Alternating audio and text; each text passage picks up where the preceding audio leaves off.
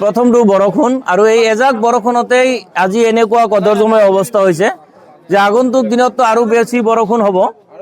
সেই বৰষুণৰ সময়ত বজাৰত আহিব পৰা কোনো পৰিস্থিতিয়েই নাথাকিব।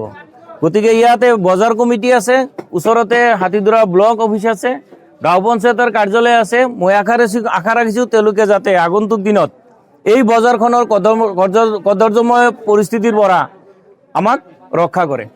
যে মোটামুটি এই হাতীদৰা এটা বৃহত্তৰ অঞ্চল, ইয়াতে বিভিন্ন শিক্ষানুষ্ঠান আছে, উচ্চ শিক্ষাৰ একমাত্ৰ অনুষ্ঠান হাতীদৰা মহাবিদ্যালয় আছে, ওচৰতেই বজাৰ ব্লক আছে, পঞ্চায়ত আছে। কিন্তু তেওঁলোকে প্ৰতিদিনে আমাৰ এইখন বজাৰলৈ অজস্ৰ মানুহৰ সমাগম ঘটে। আজি নমিনেশ্যনৰ ডেট আছিল, অন্তত 10,000 মানুহ হাতীদৰা বজাৰত আজি বজাৰ কৰিছে, বজাৰ সমাৰ কৰিছে। পঞ্চায়তত তেওঁলোকে বিভিন্ন নমিনেশ্যন পেপাৰ ছাবমিট কৰিছে। তেওঁলোকে আমি শুনা পাইছোঁ তেওঁলোকৰ মুখৰ পৰা যে হাতীদৰা অঞ্চলৰ কোনো উন্নয়ন হোৱা নাই, কি বজাৰ কি ৰাস্তা ঘাট। ব্লকৰ পৰা যিটো বজাৰলৈ অহা যোৱা ৰাস্তা, সেইখন ৰাস্তাও পকী হোৱা নাই। তাতে আমাৰ কলেজৰ পৰা যোৱা বছৰ কি কৰিছিল, ষ্টুডেণ্ট ইউনিয়নে ৰোৱা পুতিছিল, কিন্তু তাৰ পিছতো ব্লকৰ কোনো কৰ্তৃপক্ষই আজিলৈকে কোনো ব্যৱস্থা লোৱা নাই। আমি এজন কলেজৰ শিক্ষক হিচাপে মই হাতীদৰা কলেজৰ এজন এছিষ্টেণ্ট প্ৰফেচাৰ হওঁ, যে আমি ইয়াতে দেখা গৈছে যে আপোনালোকে চাব 20 মিটাৰ ওচৰতে আমাৰ কলেজৰ বিল্ডিং আছে। আমি ইয়াতে যেতিয়া ক্লাছ কৰোঁ, এই হাতীদৰা বজাৰৰ বিশেষকৈ মাছ বজাৰ আৰু মাংসৰ বজাৰ, ইয়াৰ যি কদৰ্যময় বা দুৰ্গন্ধময় অৱস্থা, ইয়াৰ বাবে আমাৰ বহুতো সময়ত শ্ৰেণীকোঠাত পাঠদান কৰাৰ ক্ষেত্ৰত বহুত অসুবিধাৰ সৃষ্টি হয়।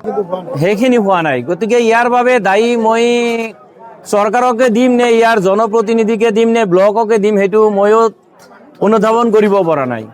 কিন্তু বহুত সময়ত প্ৰায়ে নিউজ হয়, আপোনালোকে নিউজ কৰিছিল এই হাতীদৰা ব্লকৰ পৰা যিটো বজাৰৰ ৰাস্তা, তাতে যি ৰোৱা ধান পুতিছিল, কিন্তু তাৰ পিছতো কোনো পদক্ষেপ হাতত লোৱা নাই।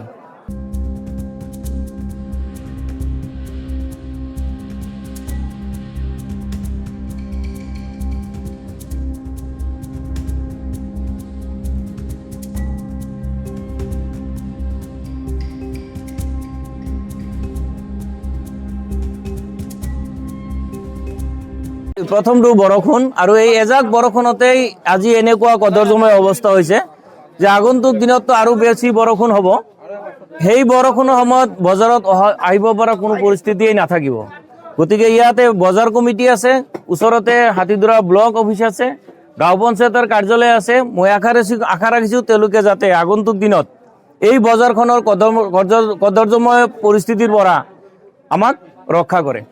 যে মোটামুটি এই হাতীদৰা এটা বৃহত্তৰ অঞ্চল, ইয়াতে বিভিন্ন শিক্ষানুষ্ঠান আছে, উচ্চ শিক্ষাৰ একমাত্ৰ অনুষ্ঠান হাতীদৰা মহাবিদ্যালয় আছে, ওচৰতেই বজাৰ ব্লক আছে, পঞ্চায়ত আছে। কিন্তু তেওঁলোকে প্ৰতিদিনে আমাৰ এইখন বজাৰলৈ অজস্ৰ মানুহৰ সমাগম ঘটে। আজি নমিনেশ্যনৰ ডেট আছিল, অন্তত 10,000 মানুহ হাতীদৰা বজাৰত আজি বজাৰ কৰিছে, বজাৰ সমাৰ কৰিছে। পঞ্চায়তত তেওঁলোকে বিভিন্ন নমিনেশ্যন পেপাৰ ছাবমিট কৰিছে। তেওঁলোকে আমি শুনা পাইছোঁ তেওঁলোকৰ মুখৰ পৰা যে হাতীদৰা অঞ্চলৰ কোনো উন্নয়ন হোৱা নাই, কি বজাৰ কি ৰাস্তা ঘাট।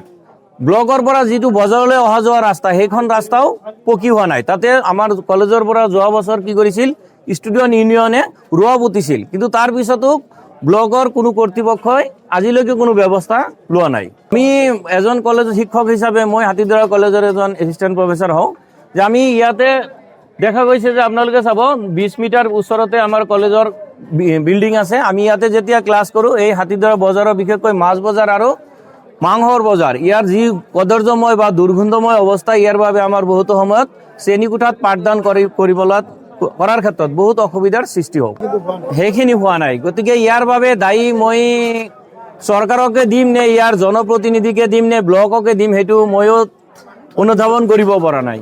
কিন্তু বহুত সময়ত প্ৰায়ে নিউজ হয়, আপোনালোকে নিউজ কৰিছিল এই হাতীদৰা ব্লকৰ পৰা যিটো বজাৰৰ ৰাস্তা, তাতে যি ৰোৱা ধান পুতিছিল, কিন্তু তাৰ পিছতো কোনো পদক্ষেপ হাতত লোৱা নাই। যিকোনো খবৰৰ বাবে যোগাযোগ কৰক 7099017330 লগতে 7099017110 নম্বৰত।